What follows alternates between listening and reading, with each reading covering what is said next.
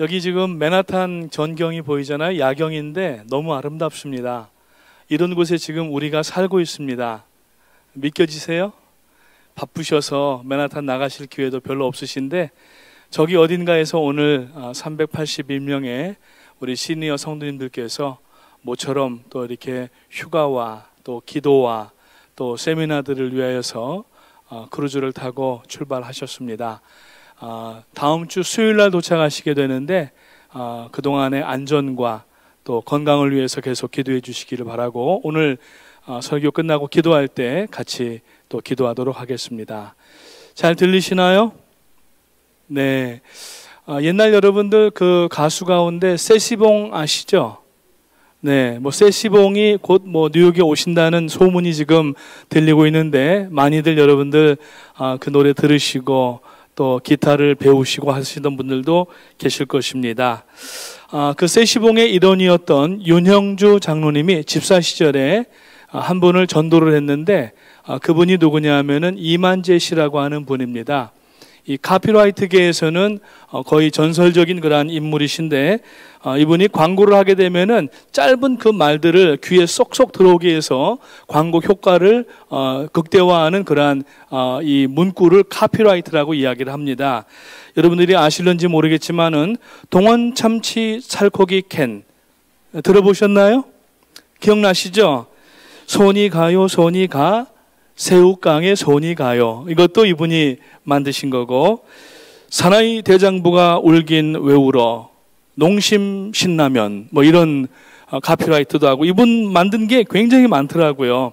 근데 이제 이분이 윤형주 장로님 전도를 받고 예수를 믿고 이제 서울의 한 교회를 나가기를 시작했습니다. 그러면서 이분이 책을 몇 권을 쓰셨어요. 막전엔 찐빵이라는 것과 또 세상 속의 찐빵, 그리고 또 한 가지는 이 말씀을 드리려고 말씀을 드린 건데 교회 가기 싫은 77가지 이유라는 책을 썼어요.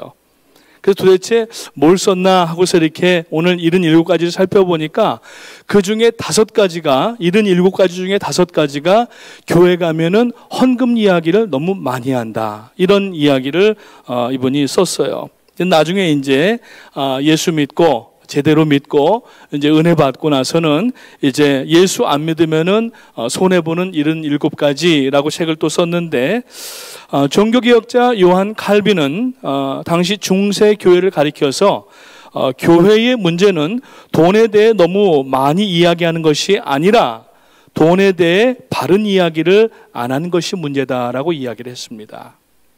자, 복음서에 나타난 예수님의 비유의 글들을 이렇게 연구를 해보게 되면은 비유의 절반 이상이 돈과 관련된 겁니다. 재정과 관련된 일들이에요. 그만큼 이 돈은 인간 세상 가운데에서 살아나가는데 아주 밀접한 그러한 현실이라고 하는 것입니다. 그래서 성도가 어떻게 물질 생활을 해야 되는가 하는 것에 대해서 주님께서 여러 군데 말씀하셨는데, 특히 예수님께서 이 비유들 가운데 중복되는 것 빼고 38가지가 비유가 나오는데 그 중에 16가지가 재물에 관한 이야기를 하셨던 것입니다. 즉 거의 절반 가까이 재물에 대한 이야기를 하시면서 올바른 재물을 사용하라고 말씀하시고, 사람이 하나님과 재물을 겸하여 섬길 수가 없다고 마태복음 6장 24절에서 말씀을 하십니다. 그래서 신약 성경에는 기도와 믿음에 관한 구절이 약 500구절 정도가 나오는데 돈에 관한, 이 소유에 관한 말씀은 무려 2000구절이나 되는 사실을 여러분들이 알고 계시는지 모르겠습니다. 자, 오늘 이 본문은 바울 사도가 마게도냐 교회 교인들의 바르고 헌신적인 그러한 헌금 정신을 칭찬하는 그러한 내용입니다. 기근을 만난 모교회인 예루살렘 교회의 필요를 채우려고 이 예루살렘 교회의 지교회격인 이 마게도냐 교회 교인들이, 그것도 경제적으로 넉넉하지 못한 가운데에서 오늘 2절 말씀에 보니까 환난의 많은 시련 가운데에서 그들의 넘치는 기쁨과 극심한 가난이 그들의 연보를 넘치도록 하게 하였느니라고 말씀을 하고 있습니다. 자, 그리스도의 사랑으로 헌금을 했다고 하는 것입니다. 오늘 여러분들은 어떤 마음을 가지고 헌금을 하십니까? 오늘 저는 여기에다가 중점을 두기를 원합니다. 많은 물질이 아니라 또 어떤 다른 거액이 아니라 조금을 우리가 한다 할지라도 우리는 누구나 다 하나님께서 우리에게 명하신 일들, 그래서 율법주의는 아니지만은 하나님을 사랑하는 마음, 구원에 대한 감사가 있다면은 오늘 우리는 이 헌금 생활을 제대로 해야 된다는 얘기예요. 뒤에 가서 말씀을 드리겠지만 어떤 사람들은 11조 하기 싫으니까 이제 율법 시대가 끝났기 때문에 헌금은 구약의 것이니까 안 해도 된다, 이렇게 이야기를 하는 분들이 있고 주장하고 설교하는 분들도 있습니다. 그러나 그것은 성경을 제대로 이해하지 못한 것입니다. 그래서 오늘 우리는 이 마게도냐 지역의 성도들, 이 마게도냐 지역이라고 하면은 빌립보라든지 데살로니가, 베레아 등이 포함되는 지역인데 이 성도들이 정말 감동적으로 헌금을 모아서 기근 가운데 있는 예루살렘 모교회인데 거기에다가 헌금을 보내는 장면을 이야기를 하고 있습니다.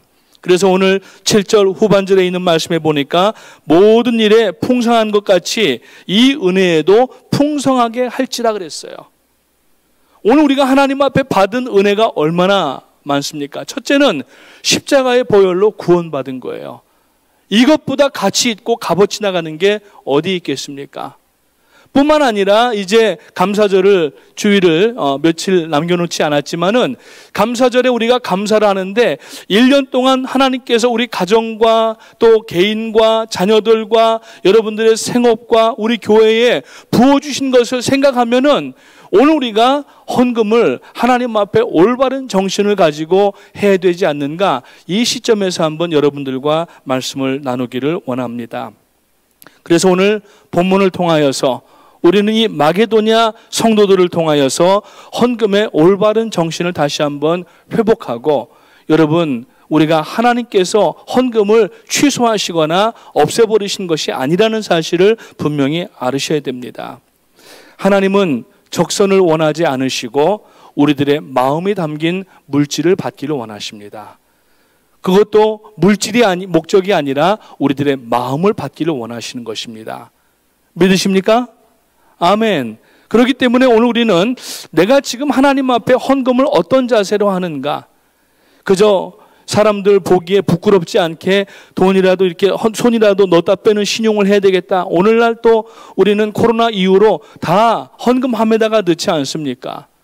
그러니까 누가 안 보는 것 같지만 여러분, 불꽃 같은 눈동자를 가지신 하나님께서는 우리들의 심령 깊은 곳까지 감찰하시기 때문에 우리의 모든 헌금 생활도 지켜보시는 하나님이신 줄 믿으시기를 주님의 이름으로 축원합니다. 먼저 이 마게도냐 교인들의 헌금은 여러분 감사의 정신이 있었던 것입니다. 오늘 1절 말씀에 보니까 형제들아, 하나님께서 마게도냐 교회들에게 주신 은혜를 우리가 너희에게 알게 하노니라고 지금 바울 사도가 고린도 교회 성도들에게 편지를 보내고 있어요.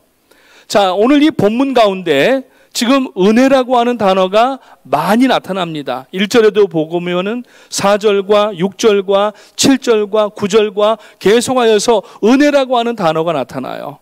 4절에도 보면은 이 은혜와 성도 섬기는 일에 참여함에 대하여 우리에게 간절히 구하니라고 말씀하고 있고, 6절 말씀에도 보니까 이러므로 우리가 디도를 권하여 너희 가운데에서 시작하였은즉 이 은혜를 그대로 성취케 하라 하였노라 그랬어요.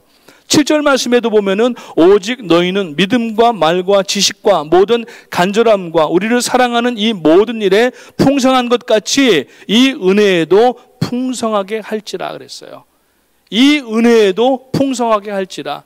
하나님 앞에 우리가 구원받고 신앙생활하는 성도로서 은혜를 우리가 느끼고 은혜에 감동한 사람이라면은 이 일에 우리가 힘써서 해야 된다고 하는 것을 바울 사도가 말씀을 하고 있는 것입니다.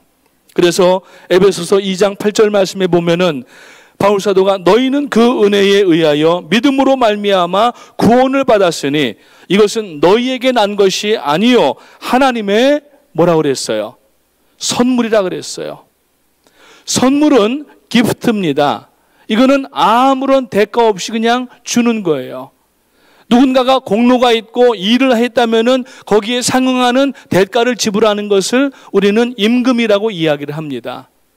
그러나 하나님께서는 우리가 구원받는데 아무런 일도 안 했지만은 거저 주신 것인데, 선물의 특징은 첫째는 거저 공짜이고 두 번째는 꼭 필요한 것을 선물이라고 얘기합니다. 오늘 우리들에게 주어진 이 구원은 여러분 얼마나 우리가 참 구하고 갈급하고 얼마나 아름답고 소중하고 귀중한 것입니까? 구원받았다고 하니까 어떤 할머니가 아유 교회 갔더니 구원받으라고 하는데 10원도 안 되는 거 그거 뭐하러 받냐고 이런 얘기를 했다고 하는데, 그 구원이 아니에요. 우주 만물을 다 팔아도 다 우리가 이것을 만약에 제물로 만든다 할지라도 그것으로 여러분 우리의 십자가의 보혈을 갚을 수가 없다고 하는 것입니다. 그렇기 때문에 우리는 마음속에 항상 그리스도와 하나님 앞에 감사하면서 하나님께서 우리들에게 성경을 통하여서 명하신 이 예물 생활을 정직하게 올바르게 감당할 줄 알아야 되는 것입니다. 그래서 골로새서 1장 6절에도 보면은 너희가 듣고 참으로 하나님의 은혜를 깨달은 날부터 너희 중에서와 같이 또한 온 천하에서도 열매를 맺어 자라는도다라고 고백을 했어요. 그리스도인의 헌금은 바로 이러한 은혜의 바탕을 두어야 되는 것입니다. 지금 이 마게도니아 교회 성도들은 이 은혜를 체험하였기 때문에, 이 은혜를 깨달았기 때문에 지금 모교회격인 예루살렘 교회가 기근 가운데에서 어렵다고 하니까 자기들도 어려워요. 지금 자기들도 이민 생활 가운데 어렵지만은 물질을 모아서 헌금으로 예루살렘 교회에다가 보내고 있었다고 하는 것입니다. 여러분, 헌금은 절대 돈이 많아서 하는 것이 아닙니다. 은혜를 체험하고 은혜를 아는 사람만이 할 수 있는 특권인 것입니다. 헌금을 드릴 수 있는 특권, 우리가 이것은 돈을 벌 수 있는 특권인 것입니다. 우리가 물질을 벌 수 있다는 것은 건강이 있다는 얘기예요. 건강이 있다고 하는 것은 가정이 평안하다는 얘기를 우리가 대변할 수가 있는 겁니다. 그렇기 때문에 우리는 하나님 앞에 이 모든 것을 생각하면서 감사하는 마음을 가지고 물질 생활도 정직하게, 11조도 정직하게, 그리고 기타 여러 가지 모양의 예물들도 정직하게 그렇게 해야 되는 것입니다. 사실 이 헌금은 구약의 율법에서부터 가르쳐졌습니다. 중요한 것은 율법 이전부터 11조의 모범이 등장하는데, 바로 이 아브라함이 창세기 14장에 보면은 멜기세덱에게 11조를 드린 사건을 우리가 볼 수가 있습니다. 아브라함이 조카 롯이 잡혀갔다는 소식을 듣고 이제 동맹을 맺은 마므레 형제들과 함께 자기 자신이 318명의 군사들을 데리고 이제 적들을 치러 나간 거예요. 군사적인 수로 볼 때에는 열세이고 어쩌면 불가능한 일인지도 모릅니다. 그런데 이기고 승리하게 되었고 전리품을 다 가지고 오게 되었습니다. 그때 창세기 14장 20절의 말씀에 보니까 너의 대적을 내 손에 붙이신 지극히 높으신 하나님을 찬송할지로다 라고 얘기를 하면서 살레만 멜기세덱에게 이 아브라함이 10의 1을 드리는 것을 볼 수가 있습니다. 이것이 바로 11조의 시초가 될 수가 있는 것입니다. 아브라함은 이것을 자원하는 마음으로, 기쁜 마음으로 기꺼이 드릴 수가 있었던 것입니다. 이것이 바로 은혜 받은 자의 마음인 것입니다. 아브라함이 자기 군사로는 도무지 이길 수 없는 그러한 그 숫자적인 열세가 있는 가운데에서도 전쟁에서 승리하였다고 하는 것은 하나님이 도우셨고, 이 살렘 왕 멜기세덱이라고 하는 사람은 신비한 사람입니다. 이것이 사람인지 아니면은 하늘에서부터 온 어떤 천사인지 우리가 알 수가 없습니다. 그러나 그 살렘 왕 멜기세덱에게 10의 1을 드렸다고 하는 것은 감사의 마음, 여기까지 이렇게 인도하신 하나님 앞에 그 마음을 드렸다고 하는 것입니다. 두 번째로 우리가 이 마게도냐 성도들에게서 배울 수 있는 헌금 정신은 바로 희생 정신입니다. 오늘 2절 말씀에 보니까 환난의 많은 시련 가운데에서 저희 넘치는 기쁨과 극한 가난이 저희로 풍성한 연보를 넘치도록 하게 하였느니라. 보십시오. 여기 지금 말하고 있지 않습니까? 저들이 극한 가난이 있었고 어렵고 힘든 그러한 생활이었지만은 그러나 오히려 넘치도록 풍성한 헌금을 예루살렘 교회를 향하여서 보냈다고 하는 것입니다. 여러분, 경제적으로는 극심한 가난에 시달리던 저들이었습니다.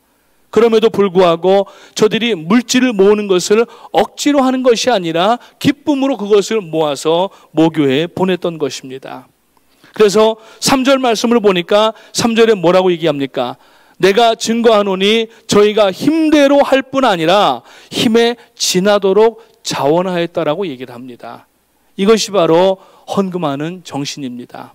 그래서 11조를 드릴 때 여러분 예를 들어서 만약에 675불 이러면은 그 짜투리 딱 정확하게 하지 마시고 넘치도록 그 다음을 채우십시오. 그 다음을 채워서 하는 것이에요. 이게 감사하는 마음입니다. 아니 하나님께서 10의 1조를 드리라고 하셨기에 망정이지 10의 2조를 드리라고 하셨으면 어떻게 하시겠어요? 10의 3조를 드리라고 하셨으면 여러분들 아마 다 도망갈지도 모르겠어요. 그러나 하나님은 10의 9은 우리들에게 쓰라고 말씀하셨고 그리고 10의 하나는 하나님의 것으로 인정하고 돌려드리라는 것입니다. 그 10의 1을 인정하는 것은 하나님의 존재를 첫째 인정하는 것이고 그 하나님께서 독생자 예수 그리스도를 보내주셔서 저로 말미암아 십자가에 못 박아 죽게 하심으로 피 흘리고 우리를 위하여서 구원하여 주셨기 때문에 우주의 어떤 것을 다 팔아서 갚을 수 없는 그 구원을 우리가 받았기 때문에 자원하는 마음으로 감사하는 마음으로 해야 한다고 하는 것입니다. 독일이 낳은 위대한 신학자 디트리 본회퍼라고 하는 분이 있습니다. 이분이 이런 말을 했습니다. 독일 교회가 무력해진 원인은 하나님의 은혜를 싸구려 은혜로 전락시킨 것이며 물질을 드리는 희생정신을 상실한 데 있다고 얘기를 했습니다.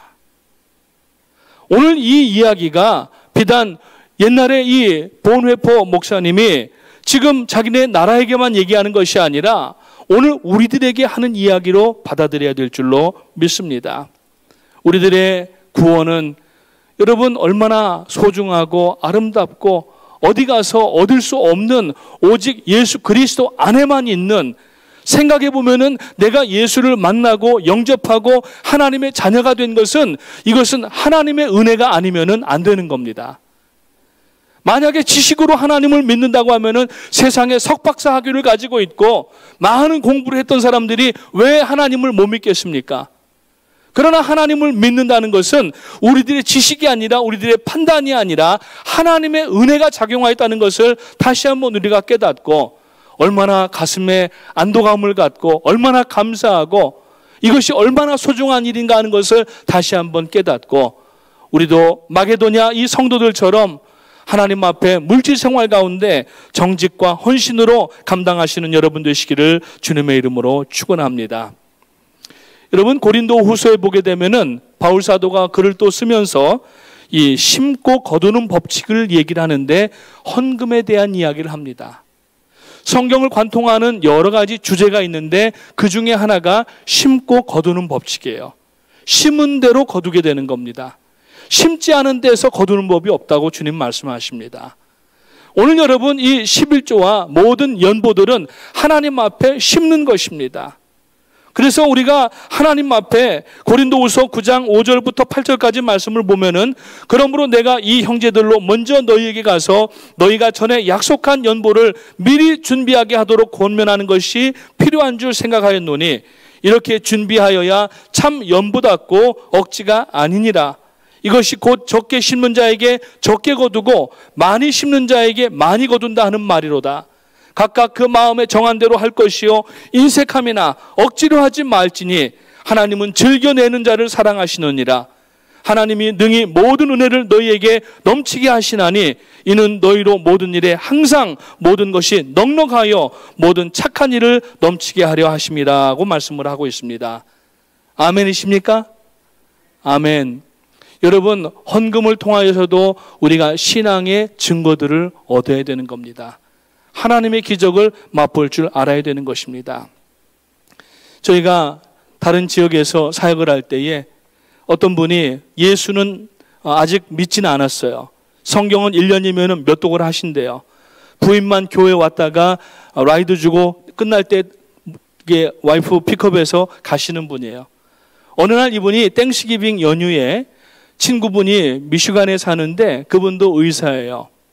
그 미시간에 가보니까 학교 다닐 때 공부도 자기가 더 잘했고 모든 활동도 자기가 뛰어났고 의사 시험도 자기가 더 월등한 그 점수로 합격한 사람인데 그 친구하고 계속 연락을 했는데 그 친구는 잘 되더라는 거예요. 가보았더니 뭐 병원도 여러 개 이렇게 브랜치를 내고 자녀들도 다 잘 되고 시집장가 다 가고 본인은 자기는 아들 둘, 딸 하나가 있었는데 아들이 그때 30살이 넘어가는데 장가도 못 갔었어요. 근데 이분이 거기를 갔다 와서 교회를 나오기 시작하고 11조를 하기 시작하는 거예요. 왜 그런가 하고 물어봤어요. 아니, 장 선생님 어떻게 이렇게 교회도 나오시고 11조도 하십니까? 제가 이번에 땡스기빙 때 친구를 찾아서 미시간에 갔다 왔는데 그 친구가 저보다 별로 잘난 게 없는데 저보다 더 잘 되고 자녀들도 잘 됐더라는 거예요. 그 비결을 가만히 보니까 꼭 예배를 나가서 하나님 앞에 예배드리고 그리고 그 감사주일에 10의 1조뿐만이 아니라 감사 예물을 드리는데 자기는 그런 돈을 아직까지 어디다가 기부도 못 해봤다는 거예요. 그러면서 다녀와서 하나님 앞에 내가 이거 교회 마당만 밟고 왔다 갔다 할 게 아니라 이제 교회 가야 되겠다 하면서 교회를 나오기를 시작했던 분이 있습니다. 여러분, 하나님 앞에 예배와 또 이 예물 생활과 또 기도 생활과 말씀 생활을 온전하게 하는 사람은 하나님께서 반드시 복을 주시는 줄 믿으시기를 주님의 이름으로 축원합니다. 아멘 소리가 안 나오지만 어떻게 하겠습니까? 예, 성경에서 말씀하시는 얘기를 저는 지금 말씀을 하고 있습니다. 그리스도인들의 희생은 결코 강요돼서는 안 됩니다. 억지로 하는 것이 아닙니다. 신앙생활은 억지 춘향이 아닙니다. 자원하는 마음, willingly, 기쁜 마음, joyfully, 예배도 그렇고 물질도 그렇게 드려야 되는 것입니다. 그래서 여러분 11조가 어느 날 감사원금으로 둔갑하는 분들이 있습니다. 왜냐하면 수입이 적을 때는 11조 하기가 쉬웠어요. 그런데 수입이 점점 많아지면 하나님의 복 받은 거 아니에요. 그러면 11조도 따라서 같이 올라가야 되는데 복 받을 건 다 받고 이게 점점 올라가다 보니까 11조 포션이 커지는 거예요. 웬만한 사람들의 한 달 월급보다 많아지는 거예요. 이래 놓으니까 어느 날 갑자기 감사원금으로 둔갑을 합니다. 그리고 11조에 대한 마음의 부담이 계속 생기니까 교회를 떠나서 다른 교회로 갑니다. 새신자처럼 하면서 물질 생활을 제대로 하지 않고 그냥 감사원금만 얼마씩 이렇게 하는 분들이 있다고 하는 이야기를 전에 들은 적이 있었습니다. 우리 교회는 그런 분들 안 계시기를 원합니다. 하나님 앞에 정직하시기를 주님의 이름으로 축원합니다. 그리고 어떤 분들은 11조를 드리는 대신에 선한 일, 좋은 일을 하면서 거기에 썼기 때문에 11조는 안 드려도 된다고 생각하거나 거기에 쓴 거를 제외하고 11조를 드리는 분들이 있어요. 아닙니다. 11조는 여러분 분명하게 하셔야 됩니다. 여러분들에게 좀 시험이 될 만한 얘기인지도 모르지만은 우리가 수입을 하게 되면은 세금을 떼지 않습니까? 세금을 뗀 것을 네트라고 얘기를 하고 전체 수입을 그로스라고 얘기하지 않습니까? 여러분 하나님 앞에 11조 할 때 네트로 드리십니까? 그로스로 하십니까? 자원하는 마음으로 우리는 해야 되는데 제가 말씀은 드리지 않겠습니다. 여러분의 마음의 신앙의 그 높이만큼 그 마음만큼 하나님 앞에 하시는 겁니다. 그래서 남을 돕고 좋은 일 하는데 썼다고 해서 11조를 싹둑 잘라가지고 반절만 드린다던가 이렇게 하면 이것은 온전한 11조가 아닙니다. 말라기에 보면은 너희가 온전한 11조를 한번 드려보라. 내가 너희에게 복을 붓나 붓지 아니하나 한번 시험하여 보라고까지 말씀하십니다. 어떤 분들은 말라기서를 11조에 관한 얘기로 그렇게 치부하는 분들이 있습니다. 사실 말라기는 11조 얘기가 아니라 예배 회복에 대한 이야기예요. 구약의 이스라엘 백성들이 하나님 앞에 예물을 드릴 때에 살코기를 가지고 나가는 겁니다. 짐승을 드리게 되면은 다 이렇게 내장 빼고 피 빼고 그 다음에 껍질 벗기고 해서 살코기로 하나님 앞에 드리는 거예요. 근데 살코기는 자기가 다 먹어버리고 나머지 기름만 갖다가 하나님 앞에 드리니까 하나님께서 소선지서에서 하신 말씀이 뭡니까? 내가 너희가 주는 천천만만의 수양의 기름이 이제는 지긋지긋하다고 말씀하시는 거예요. 그러면서 하신 말씀이 뭐냐면은 그렇다면 너희가 한번 11조라도 한번 온전하게 드려보라는 얘기예요. 그래서 그거는 11조 이야기가 아니라 예배를 회복하라는 얘기예요.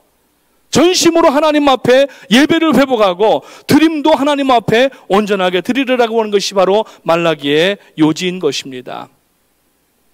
여러분, 헌금의 종류가 많이 있습니다. 선교헌금도 있고 주정헌금도 있고 절기헌금도 있고 마치 또 다다음 주가 또 감사주일이네요. 왜 하필이면 이 시간에 이런 말씀을 전해드리게 됐을까요? 하나님께서는 출애굽기 34장 20절 말씀에 보니까 모든 이스라엘 남자들에게 말씀하십니다. 아무도 빈손으로 내 앞에 보이지 말지니라고 말씀한 겁니다. 물론 복음서에서 11조가 처음 언급된 것은 바리새인들의 11조의 습관들을 주님께서 책망하시면서부터 11조 이야기가 나옵니다. 이 바리새인들과 종교 지도자들은 철저하게 11조는 했지만은 그 11조가 온전한 11조가 아니었어요. 마음을 씻지 않았다는 것입니다. 그래서 예수님께서 그 종교 지도자들을 비난하셨습니다. 야단을 치셨습니다. 소득의 11조는 물론이고 저들의 그 11조의 행위를 보게 되면은 채소밭에 심는 박하와 온향과 모든 채소의 11조까지 바쳤다고 하는데 형식적으로만 했고 마음을 거기에 싣지를 못하였습니다. 그랬더니 누가복음 11장 42절에서 예수님께서 뭐라고 말씀하십니까? 그들은 공의와 하나님에 대한 사랑을 버렸도다라고 말씀을 하십니다. 헌금에 대한 그 맞는 마음을 가지고 드려야 되는데 아깝고 막 힘든 거에 드리기가. 그러니까 11조가 안 떨어지니까 자꾸 뗀다고 하잖아요. 11조 뗀다고.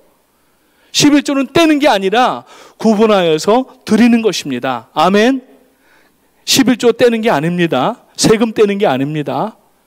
하나님께서 우리에게 주신 것 하나님께로 돌려드리는 것입니다. 예수님께서 이 11조에 대한 질문이 나올 때 뭐라고 말씀하십니까? 그러나 이것도 행하고 저것도 버리지 아니하여야 할지니라 그랬어요. 그러니까 11조의 물질도 온전하게 드리고 마음도 드려야 된다는 얘기예요. 그렇다면은 여러분 지금 11조가 중단됐습니까? 율법이 은혜로 말미암아 율법이 마침이 되었고 완성이 되었지만은 오늘 우리가 피 흘리는 제사를 드리지 않지만은 하나님 앞에 이 예물 11조 드리는 게 끝난 겁니까? 아니잖아요. 예수님께서 그러나 이것도 행하고 저것도 버리지 아니하여야 할지라고 말씀을 하고 있습니다. 신약에서는 11조에 대해서 그다지 강조를 안 합니다. 왜 그렇습니까? 초대교회 때 성도들을 보면은 자기들의 집과 전토를 팔아다가 사도들 발 앞에 갖다 두고 교회 안에 가난하고 핍절한 사람들에게 나누어 주었던 거예요. 아니 전부를 드리는 사람들에게 무슨 11조 이야기를 하겠습니까?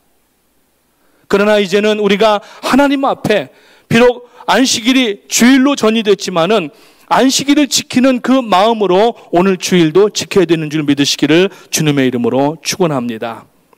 사도행전 4장 32절 말씀입니다. 믿는 무리가 한 마음과 한 뜻이 되어 모든 물건을 서로 통용하고 자기 재물을 조금이라도 자기 것이라 하는 이가 하나도 없었더라고 말씀을 하고 있습니다.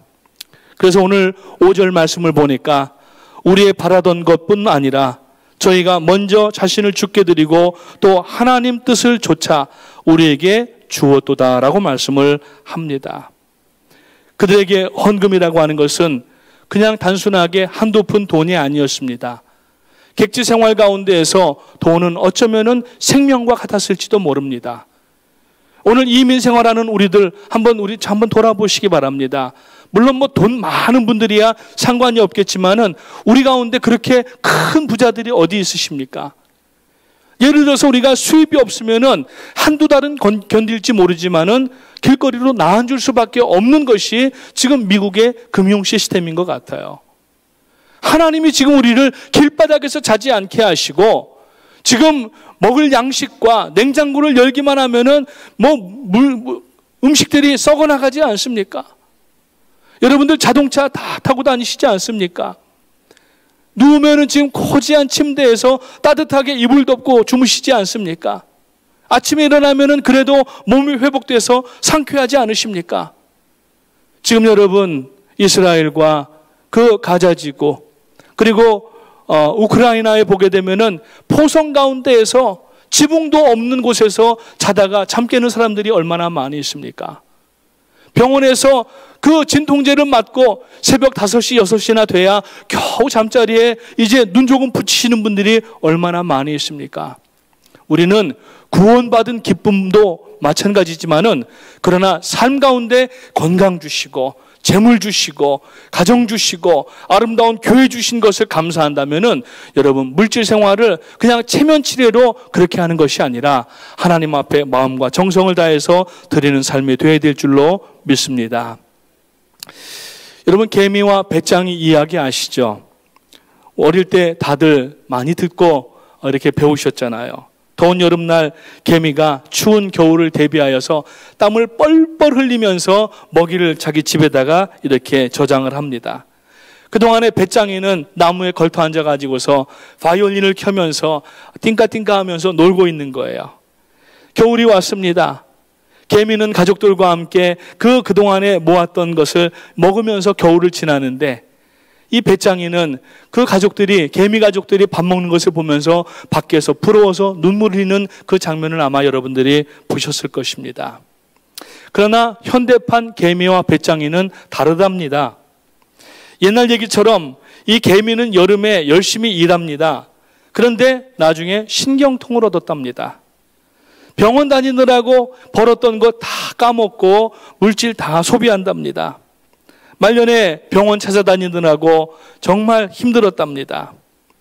그래서 개미는 나중에 병원에 누워서 고독하게 말년을 보낸답니다.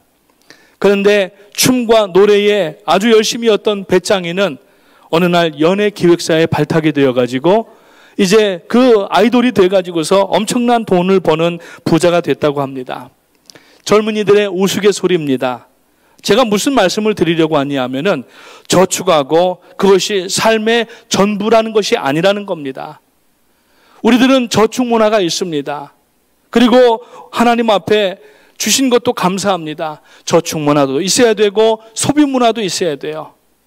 저축만 하고 소비를 안 하면은 경제가 돌아가질 않습니다.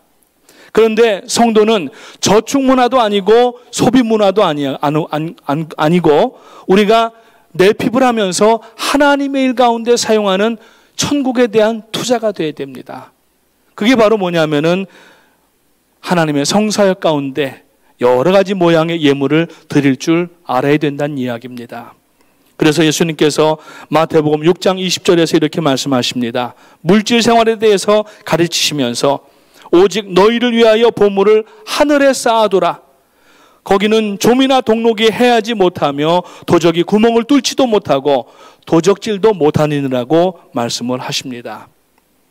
여러분 오늘 이 말씀을 잘 새겨 들으시고 세상 풍조, 불신앙 같은 그러한 말들 듣지 마시고 오늘 여러분 물질 생활을 정직하고 아름답고 올바르게 감당하게 되시기를 주님의 이름으로 축원합니다. 저는 여러분들이 어떻게 헌금 생활 하시는지 모릅니다. 교회 그 누구도 아무도 모릅니다. 그러나 하나님은 아십니다. 내가 받은 구원이 정말 하나님께로부터 온 구원이고 감사하는 마음이 우리들에게 있고 은혜 받은 사람인 것을 우리가 확신하고 고백한다면은 여러분 헌금 생활은 반드시 바뀌어야 됩니다. 바뀌어야 되는 줄로 믿으시기를 주님의 이름으로 축원합니다.